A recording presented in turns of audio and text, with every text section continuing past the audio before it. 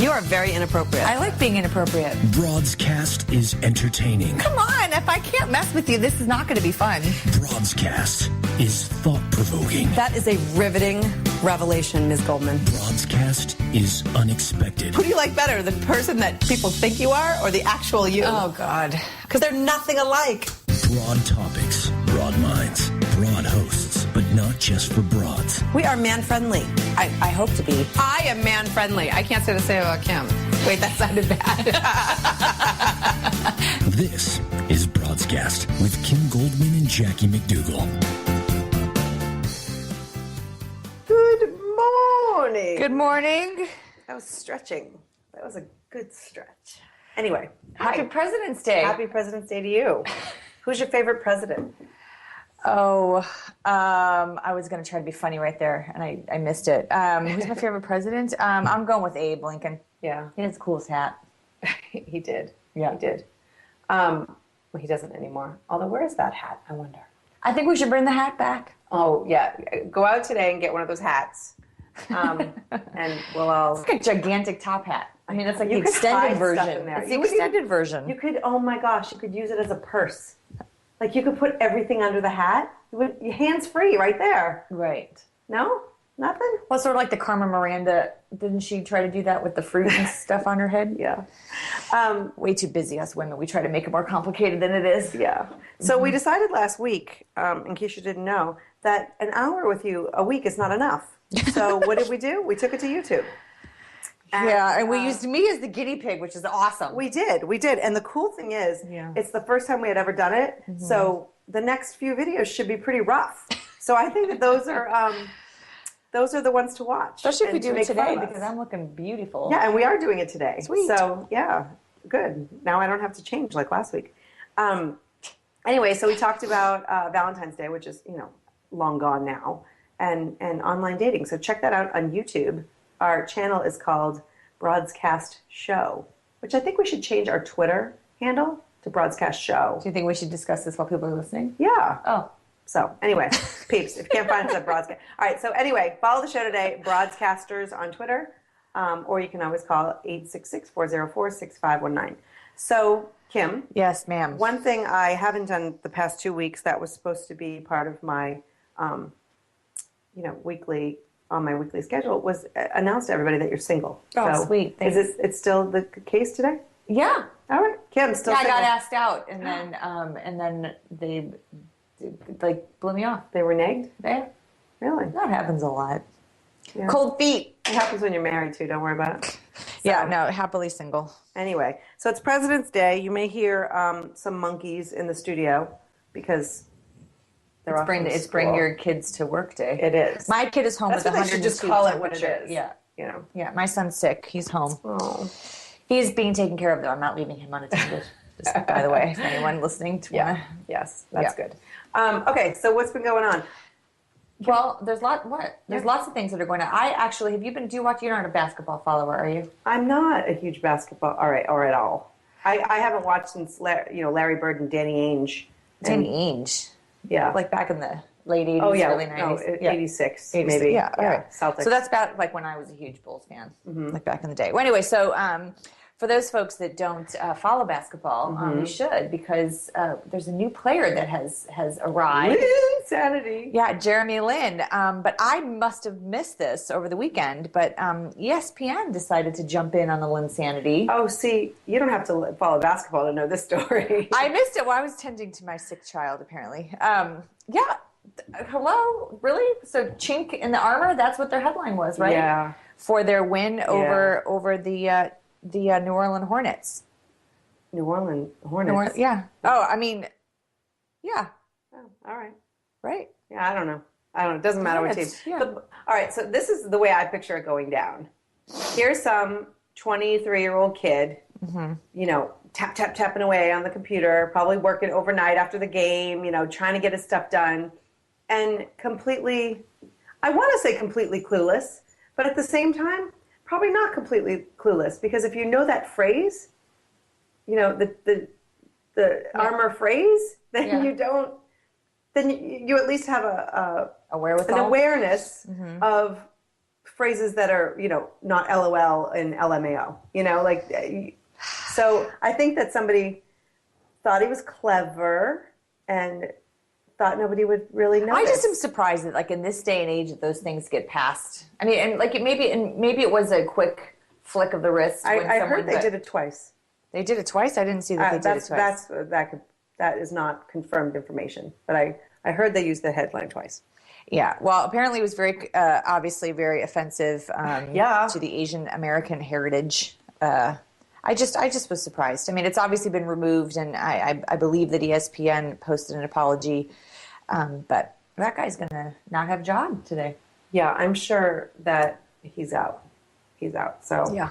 If you're looking for somebody who's either clueless and or racist to hire, you know where to find them. Well, but in any event, though, Jeremy Lin, it's very cool to watch. I'm not sure if you've seen anything, but it's interesting to me that this kid has been playing. He's been playing for a long time, and he kept getting overlooked. He was recruited from Harvard. I mean, the last time a professional basketball player was recruited from Harvard was like in the 1950s.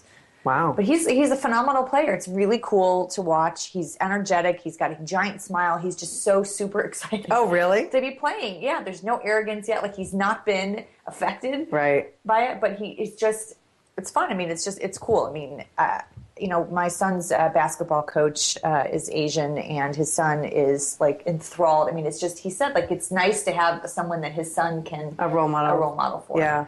But, yeah, it's just, it's one of those things that, he wouldn't have gotten his chance had the player that he replaced hadn't been injured. Well, that's how Tom Brady started. Yeah. So there you go. It's just cool. It's just cool to watch. Cool. So congratulations, Jeremy Lin, and sorry about the fighting, dude. I hope that we don't have, if we had a crystal ball, I'm hoping that we wouldn't see 5 years from now him totally affected and, out all tatted up in Vegas with like Paris getting arrested Hilton, for guns with 90-year-old Paris Hilton. Yeah. Okay, so Celebrity Apprentice. Do you watch that? I have in the past. I'm sorry to say, and I did watch it last night for reasons I'm not sure. I do not watch it. I've never watched it. I've never seen it. Like, I'm not a fan of Donald Trump. Yeah. And so I don't watch it, but we watched The Voice. We're looking for something that the kids, I like Was The Voice. Was it New Voice last night? I don't know. I don't watch the show, so to me it was new. Yeah. But I thought it was new. But anyway, I watched it with the kids because it was something that they could see, and then they went off to bed, and Celebrity Apprentice started, and I just found myself. What was it on for 2 hours? And I just sat there watching it. But this is not, my discussion about the show is not really about the show. Okay. It's about the way men and women deal with business and success and having to make tough decisions. I was embarrassed. I was embarrassed for the women. Oh, see, I clued into when they were raking in all their money, and then it went to the deliberation phase. So I don't know. No, but in the boardroom, it's like, well, who would you fire? And I really love her. She's got great hair. I mean, it was like, it was so, it was but you're the opposite of empowering. Did you recognize any of those people, though? I mean, with the exception of Debbie Gibson. Yeah, I certainly did Lampanelli, recognize Cheryl Teagues. She's not my friend.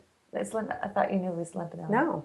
Let's pretend. Yeah, we hang out. Okay, sorry. Yeah, Cheryl Teagues was unrecognizable. I didn't want to say anything because I know that she's like an icon. But seriously, she's lovely. She seems like a lovely person. But I said to Jeff, my husband, I said, well, it's bad when the supermodel's the one who looks the freakiest, Yeah, I don't know. I think the whole concept of the show, it's lovely. Last night they raised money for Make-A-Wish Foundation. Well, yes. They were raising money for charity. The team that won, their money went to Make-A-Wish Foundation. Right. But the whole concept of the show is just lame to me to begin with. I would rather see hardworking middle America be on that show that's trying to vie for, using their, especially in this economy, put the people, the way that this show originally started was supposed to be for people like us.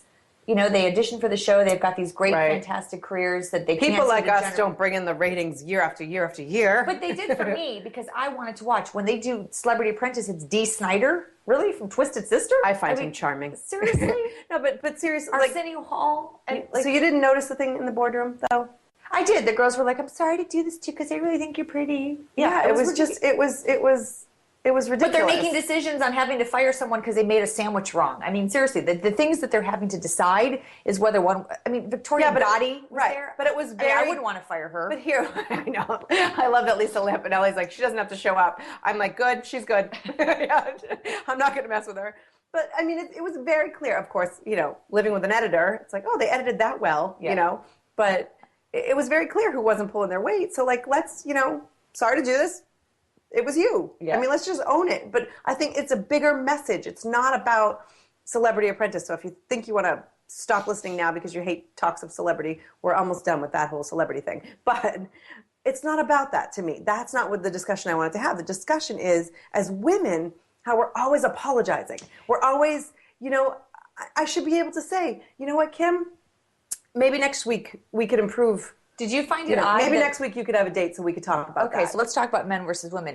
After the boardroom, and the men were all gathering in the suite when they were watching the women. Right. Okay. So they were talking about when the women came back in the room not to discuss anything in front of the women. Right. Did you hear the one male person say, let's just punch him in the throat?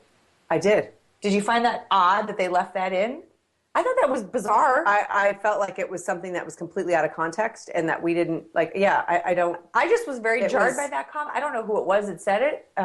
But in reference to not discussing, I have to tell you, I was like, whoa, that really bugged me. You would not hear a woman say, well, you might. Yes, you would. Yeah, you would. Not like that. You'd say, no, but you know what? That bothered me. You're totally right. And it didn't even hit me, pardon the pun, while watching it. But now that you say that, I'm surprised because when they're in the edit bay, it's like over and over and over and over that they're but they showed listening to this. But they showed all the men giggling and responding to that comment. Yeah, that's so that bothered me. I'm not sure if anybody else caught that, but that bugged me. All right, anyway. so today when we come back, yes, we've got Brenna Smith from She Now.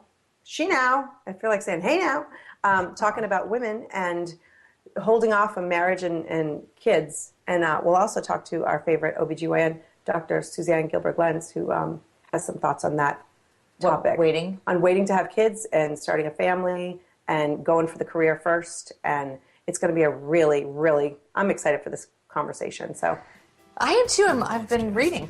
There we go. Back.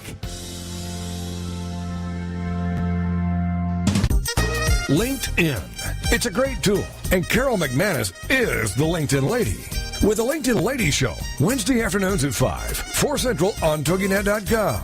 The LinkedIn Lady Show is here to show you and your business how every social media site has a specific demographic, personality, and purpose that can benefit you. The LinkedIn Lady will have interviews each week with a variety of guests, such as business owners who will showcase their businesses and talk about how they're using social media to stay in touch with not only customers, but to attract new relationships that become customers. Other guests will be experts in social media who will speak to the use of Facebook, Twitter, YouTube, Google, Plaxo, Squidoo, and of course, LinkedIn. For more on Carol and the show, check out her website, LinkedInLady.com. Join us, won't you? Every Wednesday afternoon at 5, 4 Central. It's the LinkedIn Lady Show with host Carol McManus on TogiNet.com. You're listening to Broadscast with Kim Goldman and Jackie McDougall. Two broads with faces made for radio. Welcome back. Hi. How's it going? Nice to see you. Is it nice to see? Or are you just saying that? I am just saying it. Are you just... Okay. Totally humoring you. So anyway, I'm very excited about the show. And SheNow.org, yeah. Yes. You know what? Let's just get Brenna on the phone and not have to explain it because she explains it better than anybody. Brenna, Are you with us today? I am. Hello, good morning. Good morning. How are you? I'm excellent. Thank you so much. Thanks for being on with us. Oh, goodness. Thank you for having me, definitely, and giving me the opportunity to talk about She Now. I'm pretty excited. So tell us about it. Give us the 30-second elevator speech.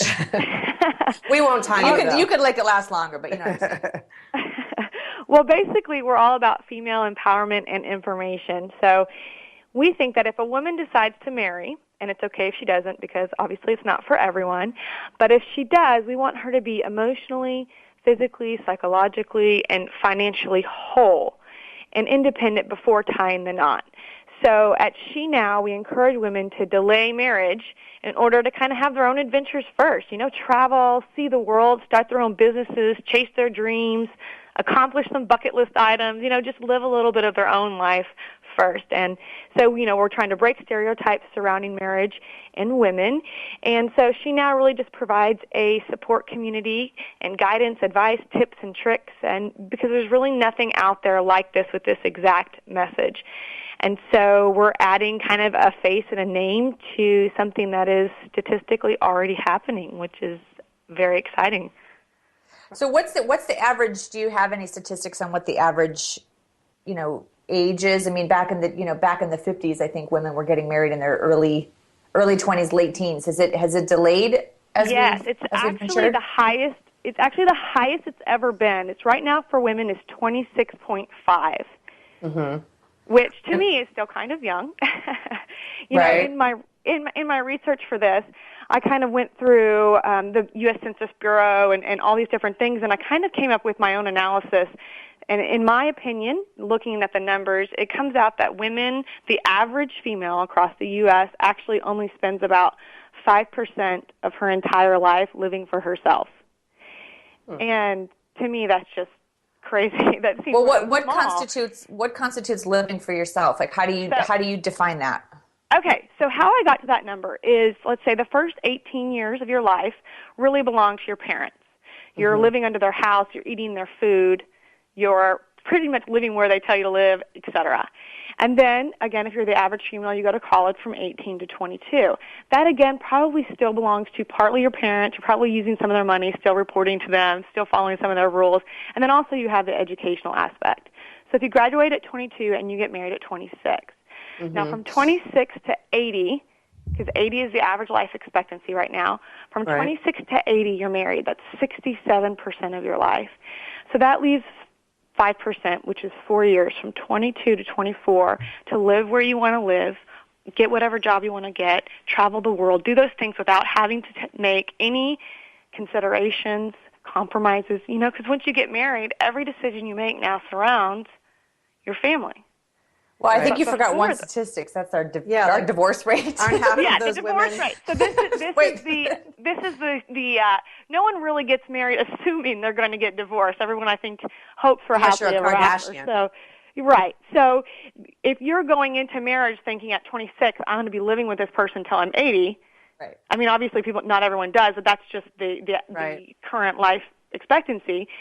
Then that's 67% of your life you're ready to say, you know what, from now on for the rest of my life, every decision I make is going to surround my family and my children, whereas I'm only going to do 4 years of my life doing whatever it is that I want to do. Right. And so, where were you in your life when, like one day out of nowhere or with a lot of experience, suddenly you were like, this is what I want to do? Yeah, no, that's an excellent question. So, actually, 8 years ago, I was 22, and I distinctly remember having a conversation with one of my friends, and she was telling me all about her wedding, the food she wants, the location, the colors, the bridesmaids, everything. But the kick is she wasn't even dating anyone. And so that kind of was like a clicking moment for me, and I kind of started to think, well, you know what, maybe we as women still have a problem in that we are focusing on everything but the most important thing, which is ourselves. And so, I started going through my career. I was climbing the corporate ladder, and it just seemed like from every angle, no matter what I did for my company, no matter how much money I earned, I would always get the question of, why aren't you married? When are you going to get married? That sort of thing. And people couldn't fathom that I was actually unmarried by choice. And then as I started to get closer to 30, it was almost like something must be wrong with you that you're not wanting to get married and you're wanting to do these other things. And so I really started to go out and try and find resources, books and websites to just try and get some sort of support. And what I found were there are kind of 3 different types of supports in this area. One is how to fix yourself to find a guy, which don't even get the started on self-help that books, one. right? Yeah. And then the second one is how to be alone. Well, that's not what I'm saying either. And then the third type was this one book that I found, and it said that everything that you're doing in your 20s should be to prepare for a more successful marriage. And I say, no, everything that you're doing in your 20s is to prepare for a more successful you, whether you get married or not. Right. And Right. so... And so the concept being that if you have a more successful you, then you will bring a more successful relationship or career or family into your life. Correct, if that's the path you choose. Right. When you're whole and you can land on your own 2 feet financially and emotionally and all those kinds of things, you'll be a better mother and wife, should that be what you want. Right. So do you feel like you're in Texas, yes? Yes. So yes. in different parts of the country, there are different attitudes where, yeah. At 25, you may have gotten what's wrong with you, but, in LA or New York I'm 40 and I've got plenty of girlfriends who are single and, That's another jab at me, right? No. No, but that one's coming later. There are different attitudes everywhere that it's interesting that, you started this in a part of the country that maybe is more traditional in marriage and family at a younger age. Is that true? Yes, it's very regional. But regardless of that, I think that it's just not okay to, have those pressures on women and all of that. And that's something that I'm wanting to break. But I will agree with you that it is very regional. I've been doing surveys, and I can see the differences. I have some women that are 21 telling me that their friends are making fun of them because they aren't ready to get married yet. And, well, first of all, what kind of friends do you have? You need new friends. Right. But, but it is regional, but that doesn't mean that there's not a problem out there that needs to be addressed. Well, I don't disagree with you that they're Yeah. I mean, at 40, I'm in the dating pool and I come across men that are in their early 40s that are not married, and the immediate assumption is, well, what's wrong with them that they're not married? Yeah. And I mean, I feel that way. I'm a divorced person, and I'm like, well, sometimes it just doesn't work. Like, I don't personally attach that what's wrong with you mentality to people that haven't chosen a particular path. I do believe, though, that there is an expectancy that women should be more family focused as opposed to be more career focused. And so Jackie and I always have this debate of women having to have it all. What are your takes on that? What do you feel about women having to have it all? But meaning balancing both career and family. Do you think that what you're... Go ahead. Oh, go ahead. I get really excited about this because I think that, I've interviewed several women for the site, and I'm also writing a book on this. And I asked that specific question about women having it all, and I get some really good answers. But I recently interviewed one woman. Her name is Patricia Fripp, and she said that she believes women can have it all. They just can't have it all at the same time. Right. And then another woman that I interviewed, she actually wrote a book. Her name is Selena Rezvani. I don't know if you've heard her, but she's fabulous. And she talks about in her book that, women try to have it all, but you really can't have it all and have it be 100%. There's not a 100% solution for everything. You can't be 100% mom, 100% boss, 100% wife. And so she says she lives with the 80% solution. And so I guess that's another way to look at it, in that you just really can't be, in my opinion, 100% to everything at the same time. If you are going to try and have everything at the same time, maybe it's the 80% solution. Well, I personally can't stand the phrase having it all, because I think that is, everybody has their own personal equation of what having it all is. Yes, and to one woman, it may be traveling, for business and vacations in Fiji and being single. And for another woman, it could be home baking cookies, and everybody has their own equation. And so who are we as a society to say that having it all means that you have to actually go into the office, be really powerful there, and then leave, and then stress out on the freeway as you get home to traffic and give your kids dinner? Like, how is that having it all? Like, right. I think it's insane the way society puts having it all on us, as far as, like, we need to stand up as women. And I think this is one of the things that you're doing, at least, is standing up as women and empowering women not to be bullied and not to be, but the other thing I do ask, though, because, all right, I was that woman. I lived my life in my 20s. I had a blast. I moved out to California by myself. I traveled. I kissed a lot of frogs. I had a great time. And then I got married at 31. I had my first child at 33 and then 3, quickly. But that wasn't, I'll admit right now, that wasn't my choice. I mean, I was looking for the guy. I mean, I was climbing the corporate ladder the whole time. And I was looking for him. Like I was looking for, I don't want to say the one because I don't necessarily, but a person who fit my, Anybody. Right. Because I could have said yes before, but my husband and I both say, like, we don't think that there's the one, but you are the one for me, right now. Yeah. I'm just kidding. Yes. But, well, no, I do not believe in any sort of soulmate at all. But what I wanted to say is that, for women who do meet him, I mean, I have a sister who met her husband at 16 and, they're 50 and have an amazing marriage, 4 kids and a daughter who's 23 who just got engaged. And I may have just outed her right here because not everybody knows yet. But what do you say to somebody who has all these hopes and dreams and goals, but they do meet somebody at a young age, and this person does work with their life, and this person's encouraging and supportive, and, do you say, don't do it? Or do you say, I'm curious. Okay, no, and that is an excellent question, and I get that all the time.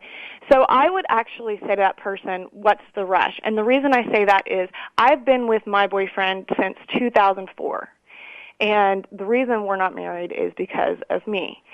And what happens when you get married is that you do take this other person into more of a consideration than other times. And I'm not saying that I'm completely selfish and I don't think about him and all those things, but when you're married, you make life decisions based on another person. And so by, I think, in my opinion, choosing to live a little bit more of your life just for yourself and unmarried without that piece of paper, it's easier for you to make decisions for yourself. I say this a lot. It's not about being single, but it's about making the decisions that are right for you. So one of my survey questions that I'm seeing a lot in women is that one of the questions I ask is, you are presented with your dream job and opportunity, but your boyfriend or partner is unable to move across country with you to pursue it. What do you do? And many of them say, take the opportunity and pursue a long-distance relationship. But when I say that exact same question, but I say you're married, the majority of them say pass on the opportunity. So what I'm wanting women to do is take those opportunities now, because eventually, as women, we're nurturers. We put ourselves on the back burner. You're probably going to pass on things down the road. There's going to be plenty of time to do that. Live for yourself now. But don't you think there's always going to be an opportunity that comes up in your life that you're going to have to make choices? I mean, and no matter where you're at, whether it's with a long-term boyfriend, with a new partner, with a married partner, I'm having to make sacrifices in my life because I have a child and my responsibility is to my child. And that is I say sacrifice not with a negative tone to it, but that's a decision that I'm at right now with my life, and I'm happy to do it. But it has nothing to do with me not honoring myself. I mean, that's actually one of the biggest tributes that I pay for myself, that I'm being selfless and I'm putting another human first. Right. So I think and I think that's beautiful and that's wonderful, and that's what you should be doing as a mother. But why do that at 22, 23, 25, 26 when I can do that in my 30s and instead focus my 20s on those wonderful things that you talked about that you've done? And like we talked about before, that puts you in a great place to, as a mother and as a wife. You've lived all these amazing stories and experiences, and you can share those with your children. And so I think. I'm not sharing all of my those with my children. Maybe you're the D version. You kidding me? I'll have no leverage left. but can I ask you a personal question, Brenna? Yes. So, okay, you're 30 now, right? Yes. What if your boyfriend is at the point where he's ready to settle down? Are you like, at what point? When do you know you're done with your bucket list? Well, seriously, when do you? Right. Have you given yourself a time that you've said, all right, when I'm hit 35, I had to have done all of these things, and then I'm going to agree to get married, or what's your timeline? In that regard. To be honest, in our relationship, there really isn't that pressure. We've talked about it, we've had discussions, and this is kind of where we're at. And we'll probably get married one day, but it's not really a focal point for our relationship. And, one thing that I also want to talk about is that I think it's so important for women to be financially stable, and that's one of my largest points. Obviously, you need to get to know yourself and all those things, but really establishing yourself financially before getting married and being independent so that if something does happen, you're able to land on your own 2 feet. Because you are now officially speaking my language. Because I do. I think there are way too many women who are blindsided, which is sad in this day and age with 50% or 60%, whatever it is, the divorce rate, that people are, I mean, we all do go in, thinking that it's going to be happily ever after. And so to be blindsided and then to have nothing in the, no independence, no financial stability. Right, and sometimes not even an education or a trade to fall back on. And you're just, we go in thinking happily ever after, but guess what? People pass on. People come down with illnesses. My sister, for example, her husband, she thought happily ever after. Her husband has MS and is bedridden. Well, she has no formal education. She's raising 2 children and him, and they're just barely squeaking by. But, and it's just like, well, if she had just gone the other route and gone to school first and had these other things in place, maybe it would be a different picture. Well, maybe, but at the same time, and this is the traditional, I think I surprise people with, she's got a husband who she potentially, I don't know, adores, and 2 children. I mean, that at the end of it all, I mean, I am thrilled that I had a career, which I do want to talk about, like what happens then. You have the career, and then you go to the kids, and then you struggle, anyway, but at the end of it all, when I'm done and, and I'm taking my last breath, I'm not thinking about, I don't think I'd be thinking about the jobs and I'd be thinking about the people who have really touched my life, and whether it was my kids and my husband or my friends and other family. And I totally understand where you're coming from, but at the same time, I think that women are not being empowered to put themselves to give themselves more than this 5% of their life while committed to these men, while committed to these children, or in relationships or married, or, I think that we tend to have it, well, if you're single, you can live your dreams. And if you're married, you're strapped down and you owe everybody everything. And, and if there's an opportunity and he can't move, why can't he move? That's your question right there. Ask yourself, why can't that guy move? Maybe he's the wrong guy. Maybe he's not the supportive, wonderful person that you should be with who's a partner. And I think that's why marriages split up, because we're getting married to these people who are like, I love him and he's attractive, as opposed to this guy's going to be in the trenches, getting his hands dirty, raising these kids, letting me go off for 2 months to train for something while he stays at home or whatever it is. You need to find somebody who's a partner, somebody who will get in there and so that's just, I think that it's a very small percentage of people who find that at a young age, because I don't necessarily think that we get there yet. I'm 40, so I have that in my marriage, but I don't necessarily think you get that at a young age. But I'm just saying that I wouldn't tell somebody not to go for that. Well, and I'm not saying don't follow your dreams and don't do this because you find a person. I hope that's not what's coming across. No. And I don't mean to put you on the spot. I'm just. Oh, no. I mean, and the thing is also to think about, you're talking about what you're going to, what you'll be thinking about on your deathbed. And it is different for everyone. I actually read an article recently of someone who did a survey of people who were on their deathbeds and what their thoughts were. And a lot of it was, yes, family and all those kinds of things, but not anywhere in there did they mention, I wish I had gotten married younger. Right. So it was like, I wish I had done these things that I wanted to do with my life. So what kind of, sorry. Yeah. No, okay. And so I think, and then the other aspect of it is we're again assuming that every woman wants to get married or needs to get married, or which is not the case. Not every woman wants to have children and be that nurturing mother. And there's still such a stigma against that in society. And absolutely. I think that is something that needs to change. We're automatically assuming that on their deathbed they're going to be saying, I wish I would have had children. Well, I don't think so. I think you make a choice, and a child doesn't have to be a biological child. It can be your business or your company or whatever it is. that you nurture and grow and all of those Absolutely. things. And I love that. I love that you're breaking those stereotypes, because I think that there are a lot of women who want to do other things and not just get married and have kids. And I think that it's great to have a place for them to, bounce ideas and be empowered. So what kinds of things do you offer? What kinds of things do you offer your community in order for them to feel like they've got a place to connect? To connect. On your so shenow.org. Yes, shenow.org. So we are a growing community, and so one of the things that they can do is I feature women, and I feature women of all ages. I say from the young to the women who have been there and done that. And I think that what I like for those women to do is really talk about themselves and offer advice, because, life is too short for us all to make our own mistakes. So I have the women go on there and talk about the things that they've done and offer advice. And then I also have where you can connect, find mentors and mentees, discover inspirational women in their area, make new friendships, that sort of thing. I have an activity page and forums that are soon to be coming where you can talk about different issues and pressures that you're feeling, get advice and tips. And eventually I really would like to start having events, and maybe by ourselves or with other women's organizations, really just trying to connect women, show that they're not the only ones out there, make them feel empowered, give them the tools to really just go out there and live a fabulous life. So, right, that's great. What kind of negative feedback, like what kind of resistance have you met along the way? What kind of naysayers have entered your world? That is a fabulous question.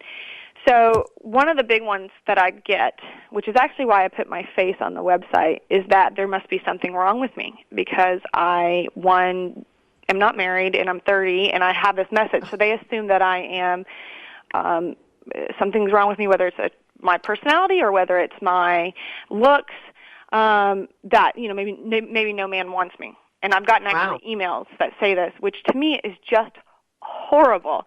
And so I make it very adamant. That's why I put my face on my website. That's why I talk about the fact that I am in a relationship and that I'm choosing this. Right. Because I think that in itself is a stereotype. One, there's something wrong with me. I must be unattractive. I must be, so that really is an area that needs to be addressed in our society. But also, the biggest statement I get is that everything that I want to do in my life, I can do with my partner. Everything that I want to accomplish. Right. And so I say that, yes, that is actually a factual statement, but it's different.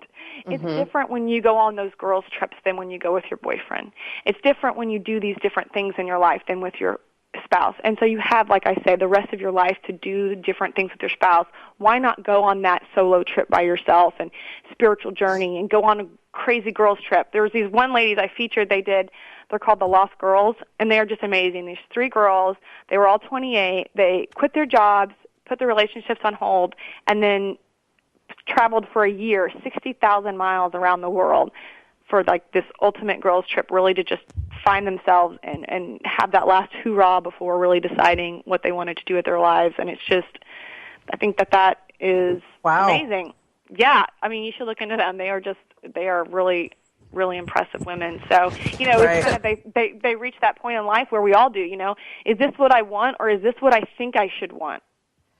So let me ask you another question. So if a woman, and I can put myself into this category, if I'm a successful woman and now I'm entering the world where I'm ready for the next phase of my life, I've reached some of the goals and the accomplishments that were important to me, and now I'm out and I'm a smart, sexy, sassy, independent woman, and I meet these men that are incredibly intimidated by me because of all the things that I've accomplished in my life. What do you think about the whole concept of women dumbing themselves down?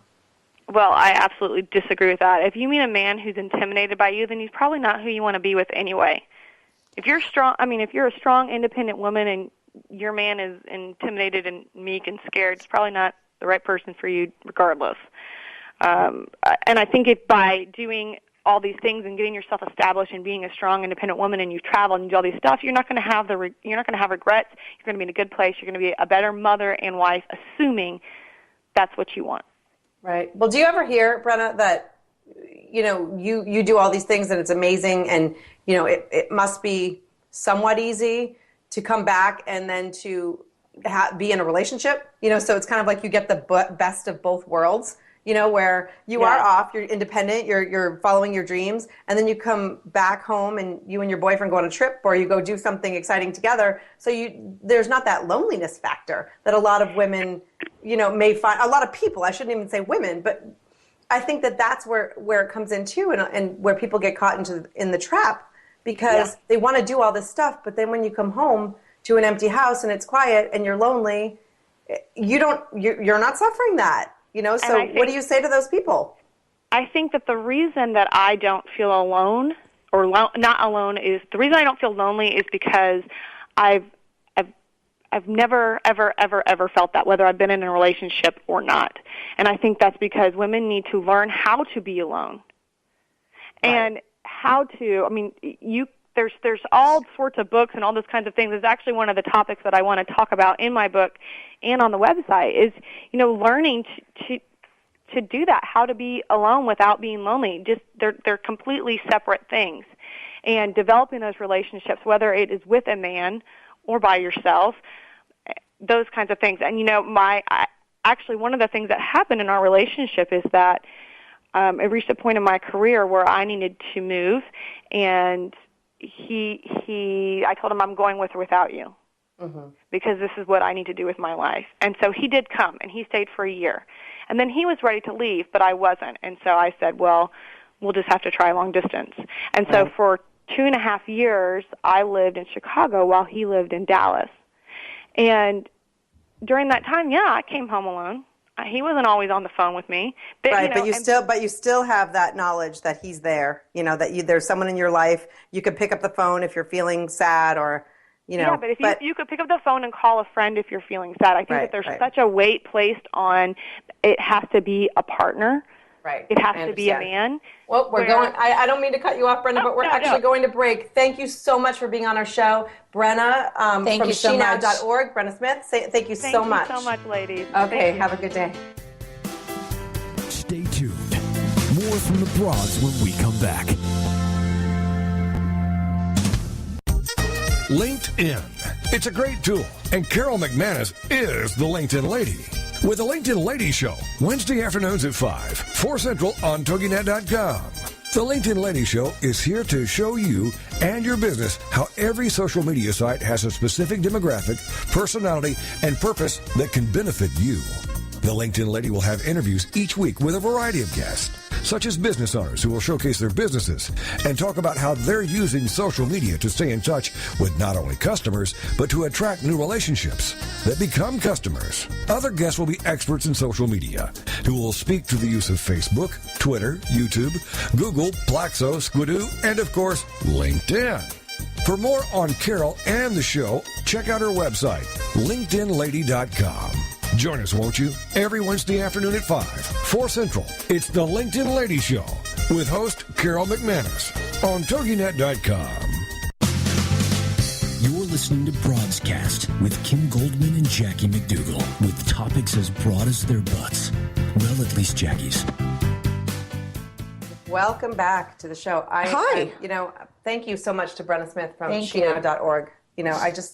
I love talking about just different ways of, especially women and issues that pertain to women and how we see them in different ways. Well, I was going down the road with her on most of the things, and then I would veer left, and then I'd veer right. And I'm like, well, no, I'm going to stay here because I believe what she's saying. I think that part of it, though, I think the message to me was a little flip-floppity, which I'm totally cool with. I'm a flip-flopper. I love that flip-flopping mission to some extent. But there's a part of me that's like, I believe in the whole empower yourself, make your own healthy decisions, but I felt like at some point you still needed to make choices. Right. And so the whole issue of like being empowered, that should always be part of it. It shouldn't have to be whether you're in a long distance relationship, a marriage, whether you have kids. If that's always your center, it doesn't matter what things come into your world. If the ingrained part of you, if the part of you that's ingrained is about balance, right. It shouldn't matter what stage of your life you're at. And I do think that you make a good point, and maybe we have a future business that, women who are committed with marriage or kids or whatever, that they're empowered to actually live, their goals. But We're going to talk about another side of this, and our favorite OBGYN, Dr. Suzanne Gilberg Lenz, is here with us. Suzanne, Dr. Suzanne, are you there? Good morning. I had to escape to a corner. My loud teenager just doesn't understand. Honey, could you just for 5 minutes? It's not just the little ones, right? Oh, I don't. My little one's 11. She doesn't make that much noise. She has a 14-year-old brother. He's very loud. Sorry, this is not about female empowerment. This is about complaining on air. That was so interesting. And you know what? I just was sitting here thinking. First of all, I think Brenna is great. I think she's bright and interesting. And in the supposedly post-feminist era, I feel like a little bit like she's sort of a retro-feminist, which is interesting. Yeah. So yeah, but I just wonder, for single women, I think it's really compelling for single women to empower them to when you're single. But if you're speaking to a single woman, I got to tell you, I'm fully empowered. I'm empowered. I'm ready to go. Like, I'm ready to have a relationship. Right. So I'm 40, which is what part of the reason we brought you on is what happens to you later in your life when you're ready to have your family. I had a lot of thoughts listening to that. The issue is very, very interesting, but then there's sort of just the biological realities. And so I deal with this all day long, by the way, because I have a wide range of patients in all ages and stages, developmentally, age-wise, where they are personally, and then whether or not they want to have kids. And one of the things that we talked about, Jackie, before, so Kim, you've probably heard this too, is that I do discuss with my patients who are sort of, frankly, where I feel Brenna is psychologically. Okay, here's the deal. Do you know in your heart you really want to have kids? Because, first of all, you don't have to have kids. Let me just say that out loud. Right. And I think that anybody who feels that they don't want to have kids, shouldn't. That's a different story. I think if you know you don't want to have children, then you're in a different situation. And then really the conversation that I heard was, frankly, about maturity and balance. Because I'm 46, and I feel like, look, I did a 2-hour yoga class yesterday. I studied Ayurveda in the middle of my career, and my husband would take care of the kid. I mean, it's not true that you can't be in a relationship and continue to grow. So we don't need to spend a lot of time on that. I think I just needed to weigh in and say that I think you need to be mature enough to understand that you can continue. Your journey continues. I mean, whether or not you want it to, it continues. Okay. So here's the deal. Now, if you know you want to have kids, you can't just keep waiting. That's bullshit. Sorry. You can't have it all at once. We see it so often. You can't have it all either, by the way. And she did make that point. You can't have it all. You have to I loved her 80% thing. So here are the statistics. I think everybody knows that as we age, infertility rises. That's just a fact. Complicated pregnancies rise. Fetal anomalies rise. Miscarriages rise. So just to give you a couple of snapshots, not to be scary, just reality, people focus a lot on the whole fertility thing, and I think because there's this culture of baby obsession and celebrity pregnancies in the 40s, many of which are not explicitly stated to be assisted reproductive pregnancies. Right. People getting pregnant in their late 40s, those are probably not their eggs. Okay, so it's not like I'm going to just wait, and poof, now I have triplets. Those are not spontaneous, guys. Okay, that was like a $100,000 pregnancy, and it probably wasn't the first try either. Right. So we know that at 35 there's sort of a big dip in fertility, but it's not. I think those numbers have been stated over and over and over, and 35 seems to be sort of quote unquote the magic number. There's another big drop, at 40. But it's also things like miscarriages. So in your 20s, the miscarriage rate is around 10%. 30s, low teens. 35, 18%. 40, 34% of conceptions are going to end in a miscarriage. Wow. And that's on top of infertility.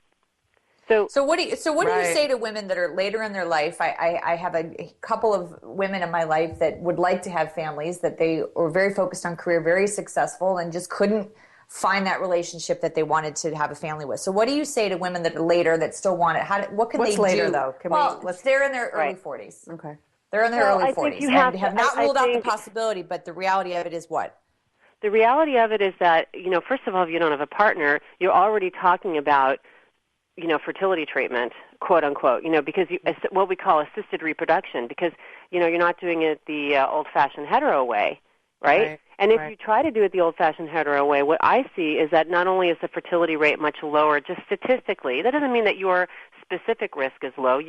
My mother was conceived at 40. My grandmother was 41 when she had my mom. Wow. Okay, it's not spontaneously. Right. So it does not happen. It's just that when you have that pressure on you, trust me, that doesn't make you more fertile.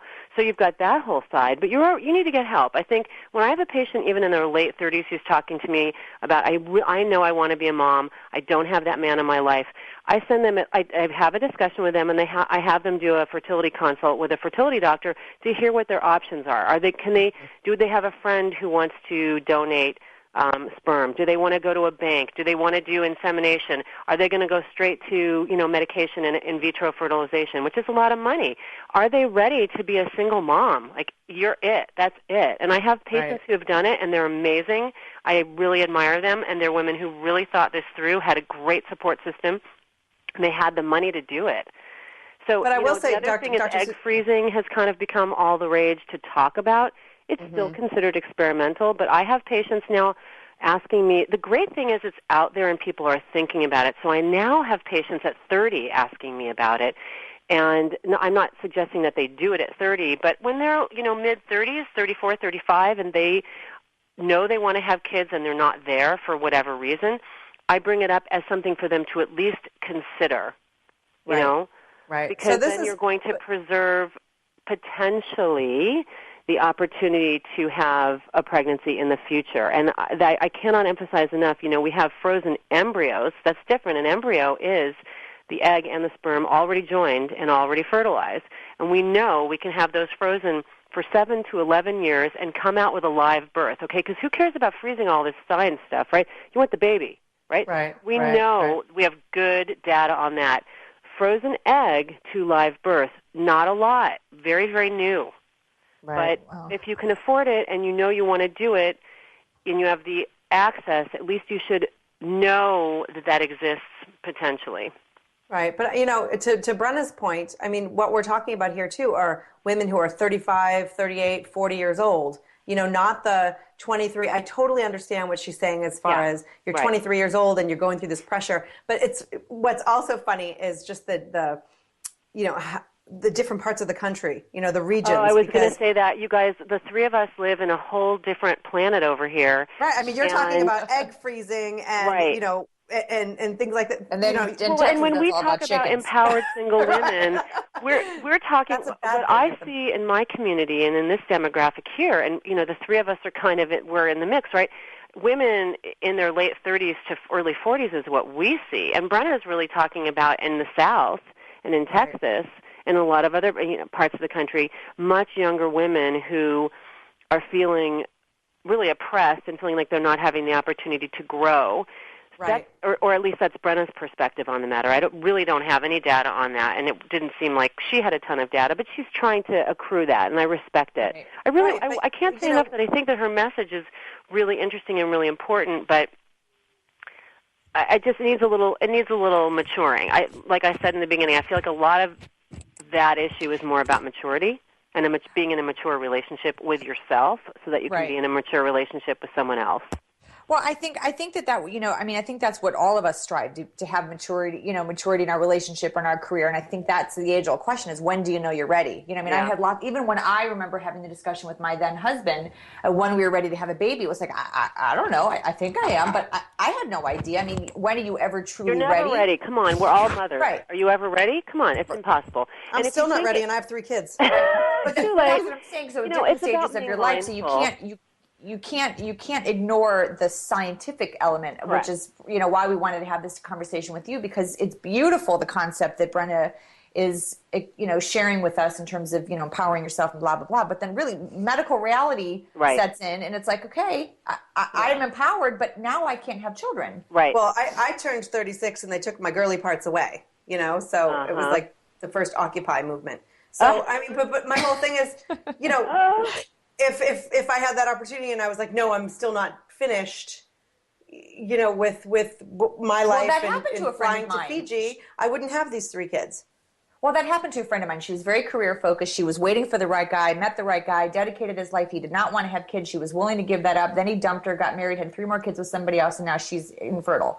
So, I mean, you never know. And I'm not saying it's anybody's fault, but that, I think that to have a conversation about waiting. Choices. It's about making mindful choices, and part of the mindfulness comes in contextualizing the issue, which is what you're trying to do, and it's very important. And I'm, as you know, never afraid to be the bad guy or bad girl. And I mean, this is just the truth, folks.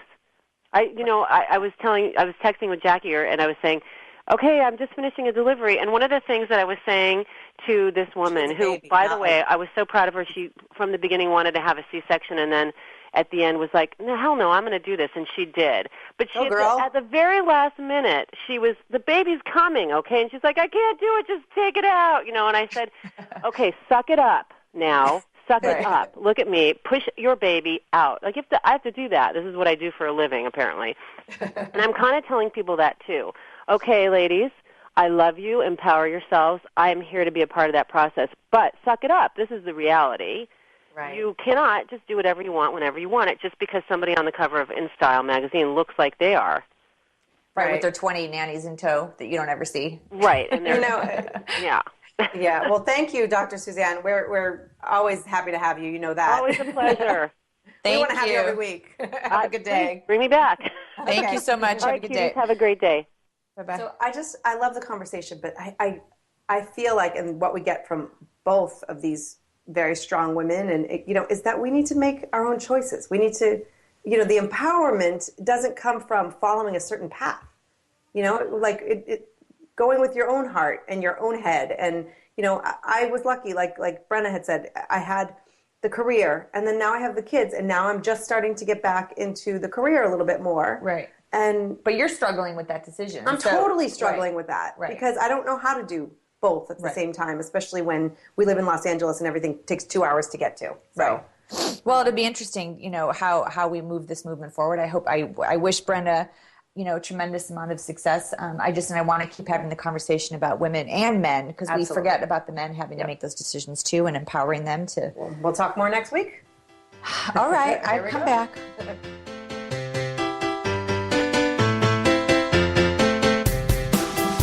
This has been Broadscast with Kim Goldman and Jackie McDougal. For more from the Broads or to submit a topic or guest request, visit broadscast.com.